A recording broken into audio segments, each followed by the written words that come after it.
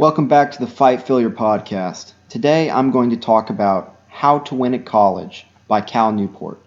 He's also the author of Deep Work, which I've done a podcast on, I believe, and you can find it on this channel.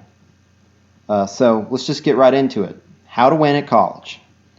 So you hit high yield content first, and you do not do unnecessary reading. So you have to figure out what's the most important stuff to learn, and then you learn that.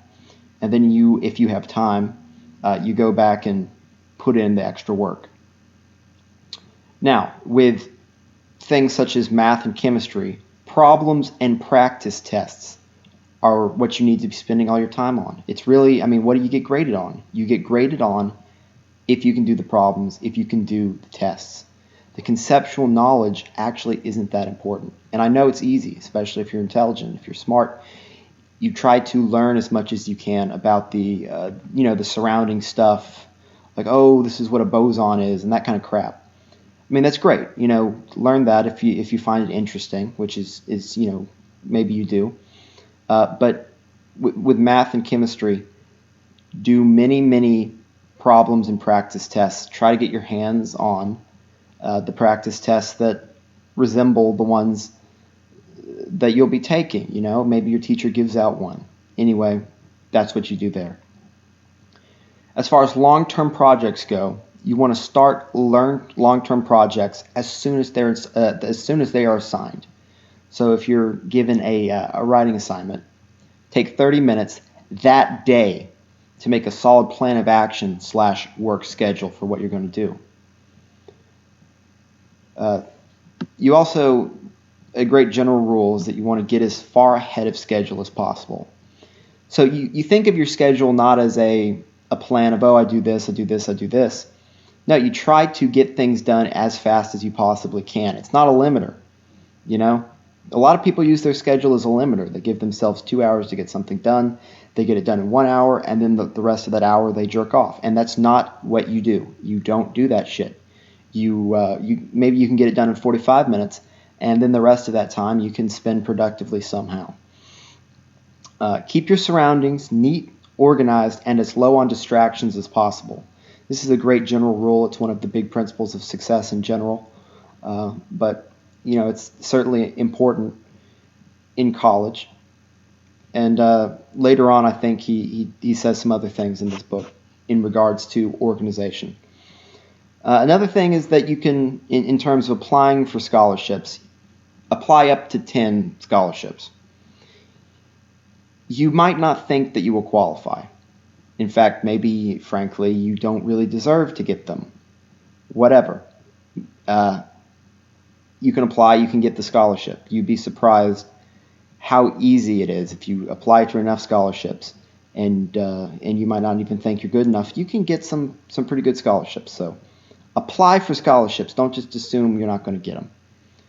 The next thing is that you have to make a study plan and a system to follow, and you modify it as needed. So, you just have to realize what's due when your classes are, and then you work in your study time. And I can't really give you too much advice there because it's so personalized, but you have to actually have a plan. You need to follow it. And, if you're just studying when you need to, per se, or right before a test, you follow your plan and then you get as far ahead as possible. So Chapter 8 in this book is on how to befriend a professor. I'm not going to go into detail on it, but it's really simple if you know the tenets of how to do well socially. Basically, you just show interest in a sincere way. You show up to their office hours. You're around them more. You can talk to them. You can do the normal friend stuff. Don't come on too strong, but it really is a great way. Just to be frank, I've made friends with professors, and I've gotten grades in classes that I probably didn't deserve. That's just the way it works. And it's if you have been the kind of person in your life who you've never made friends with your professor, you've never talked to them, and then there are people in the class who do better than you literally just because they show up and actually talk. Your professor is a person. I'm not saying manipulate at all. I'm just saying be friends with them. And if you hate them, frankly, you don't have to be friends with them. Frankly, I would, because it's about winning and there's the goals and stuff. But hey, do what you got to do.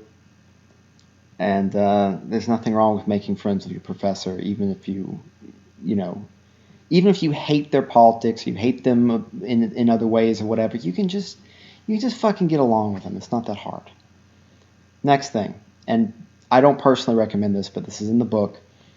Starting a club / becoming a club officer or president is very impressive. Yes, this is true. That being said, it requires a good amount of your time.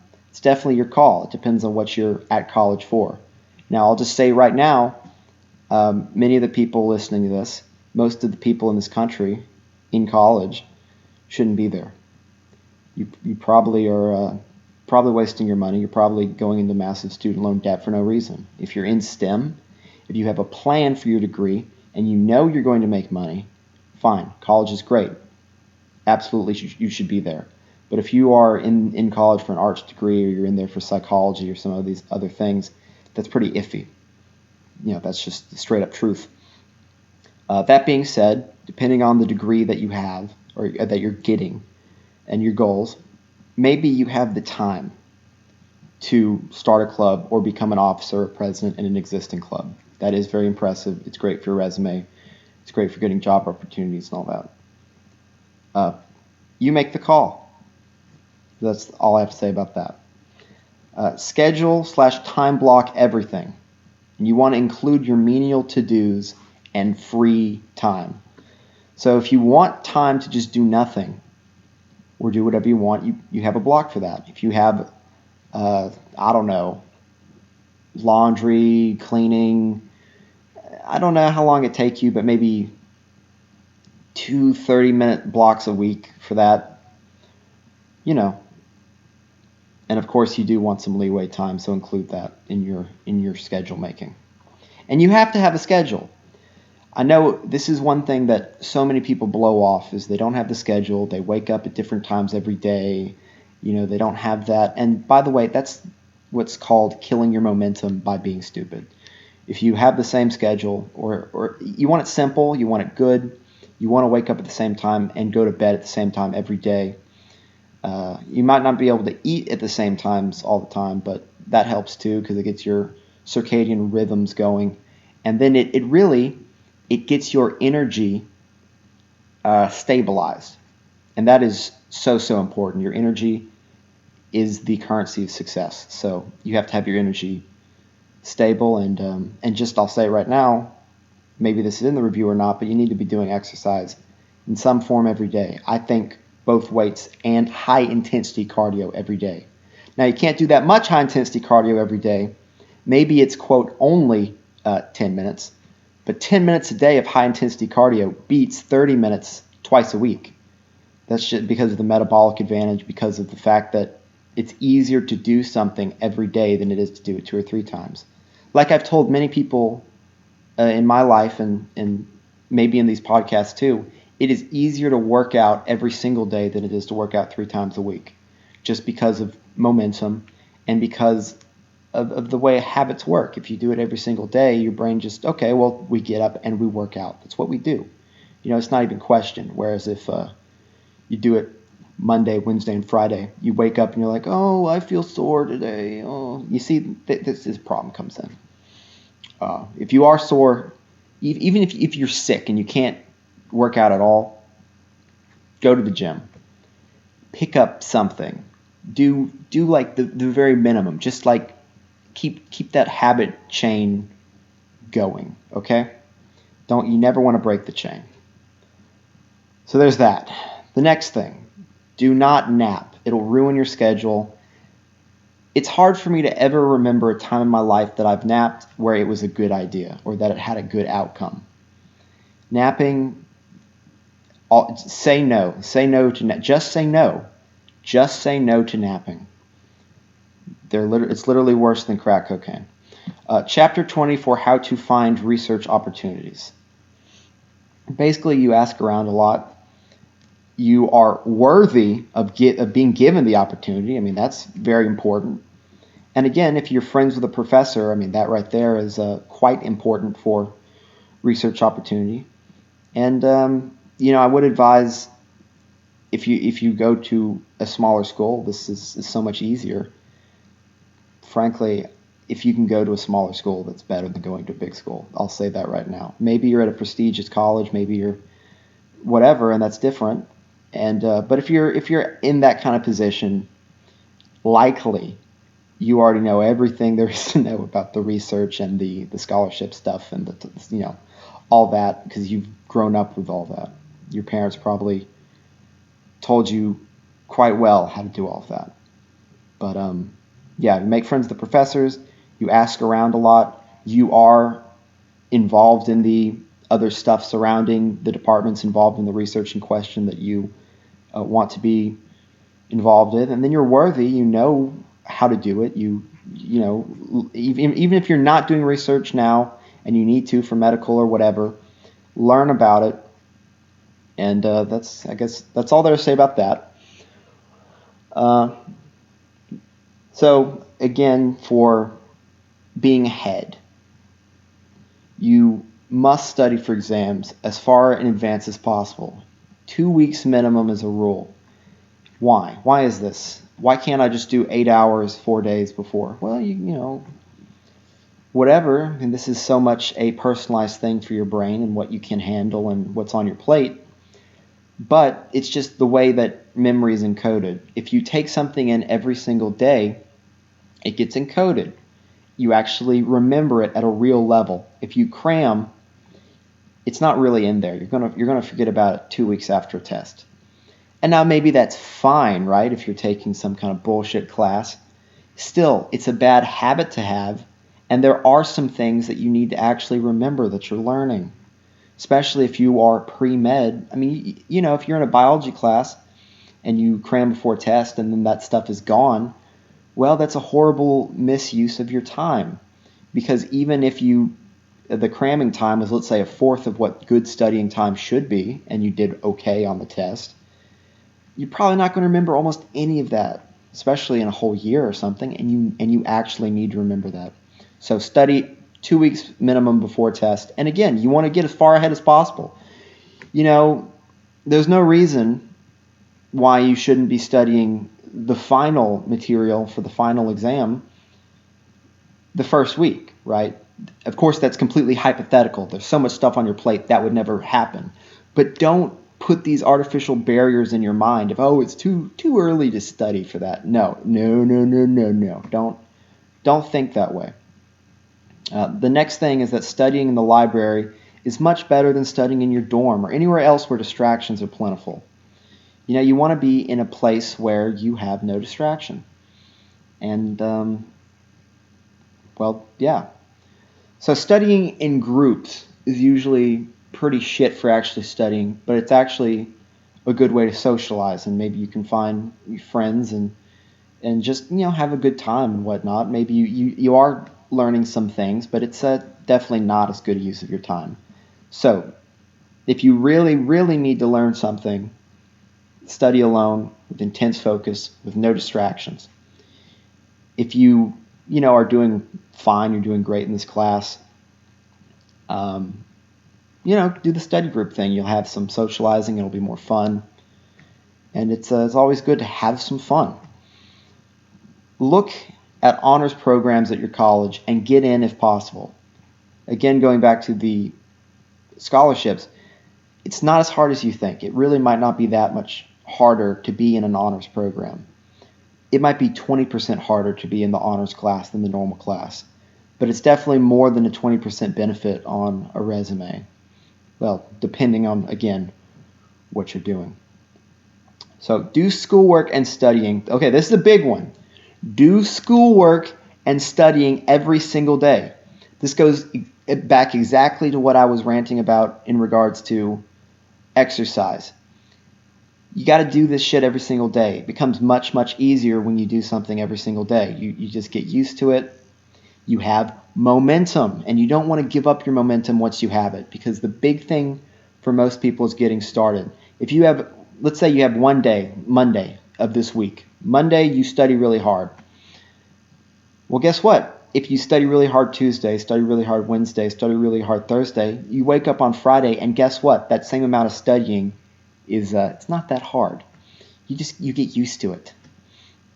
But if you take off Friday, Saturday, and Sunday, and then go back to studying on Monday, now suddenly it's pretty hard again. If you'd studied, not necessarily even as much on the weekends, maybe, again, these are made up numbers, but 2 hours a day, 2 hours on Saturday, 2 hours on Sunday.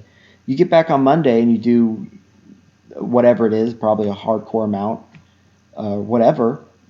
No idea what you're going for here, but whatever it is, now suddenly it's so much easier because you didn't fucking break the chain. And that's another, energy, momentum, and focus. Those are the three big things of success. And if you break your momentum, if you fail, it's almost certainly because you lost your momentum or you lost your focus. Well, it really goes back to losing focus. If you lose your focus, you lose your momentum. So, and now we go back to working out. You work out an hour a day, the same time every day. Ideally, it'd be right after waking up, in my opinion, because if you do it in the afternoon, sometimes it has the tendency of keeping you up. Although if you do it long enough, you will get used to it, so not a big problem. But it can also make you too tired in the afternoon,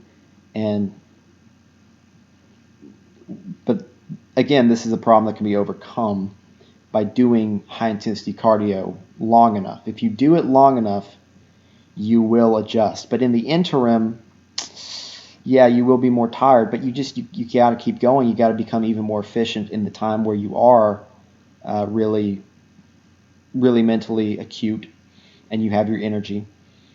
You have to make it all up if you're doing that.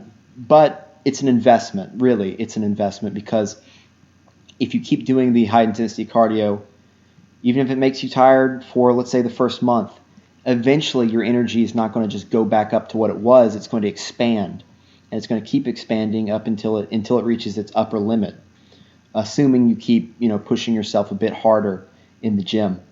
And that is vital. I mean, if you look at the people who do really well, guess what? They have fantastic energy. That's the hallmark trait. Besides, they have fantastic focus, they have fantastic energy, they have fantastic ability with people. Okay, now we go to writing research papers in particular. And these are for not enormous papers. So, number 1, the first day, you outline and you write the rough draft of the paper. Again, if you have the time, go over and do more of this. This is just the minimum of what you need to do. First day, outline and write the rough draft. Number 2, day 2, look it over and make it compelling and persuasive. Number 3, polish the writing and make sure all the technical stuff is good. 15-page papers will, of course, require more time than this, unless you're gifted. But stick to the same process. I mean, it's common sense. You outline it, you get the rough draft, you look it over, but have have it time blocked. Maybe it's a long paper. You give yourself 2 days for each thing. But you don't want to, again, break the chain. You want to keep writing on the paper. If you write on the paper for 2 days, you take a day break, and you get back to it. Well, what the fuck? I mean, why don't you? Ideally, and this isn't mentioned in this book, this is just a good idea. It's obviously really hard to do in college. But if you can time block entire days for dedicated shit, like if you had an entire day dedicated to this one thing, by the end of the day, you get so efficient at doing it, well, really about halfway through the day, that it's such a good idea to bunch similar tasks together, because your brain gets, again, like this is really hard to do in college. This is more of a real world work thing, depending on what you do. But if you could get all of your math done in one big long sitting, Well, you know what I'm saying. I don't need to harp on this too much. But anyway, that's just an idea. That's a suggestion that's going to be hard to make happen. But when you can make that happen, do bunch similar cognitive tasks together, because it will be easier to get them all done at once than if you interspace them with completely different things. The next thing, and this is another obvious one that so many people don't listen to, is you never pull an all-nighter. I mean, if you have to, of course you do, or you fail. But if you are pulling all-nighters, that is like ultimate sign that your habits are shit and you will eventually fail, especially when you go post-grad, or if you just are doing something harder than whatever it is you're doing right now. All-nighters are shit. If you don't procrastinate, you don't have to do all-nighters. It's really simple. So, listen to the other stuff in this, and all-nighters will be a thing of the past. Next thing is to always go to class. This might not be true in something like a medical school, where you really have to, But hey, I'm not talking about medical school. This is college. Always go to class. The teachers like it. Oftentimes there are bonus point opportunities that are nice, which aren't available if you aren't in class. So, go to class, and it's a great way to passively learn a bit of the stuff. And the statistics show that the people who don't go to class, they just don't do nearly as well. I think that the GPA boost is 1.5 grade points for the people who go to class more than 50%. And of course, there could be so many reasons for that. I mean, it just tends to be the people who don't go to class, guess what, are the jerk-offs who don't actually win, the jerk-offs who aren't actually trying. But you have to go to class.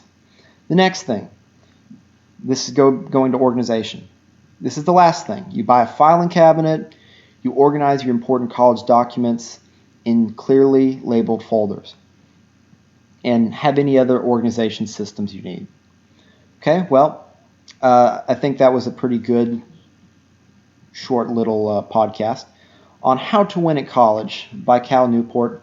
The review itself is on Fight Failure. I'll link to it in the description of this video.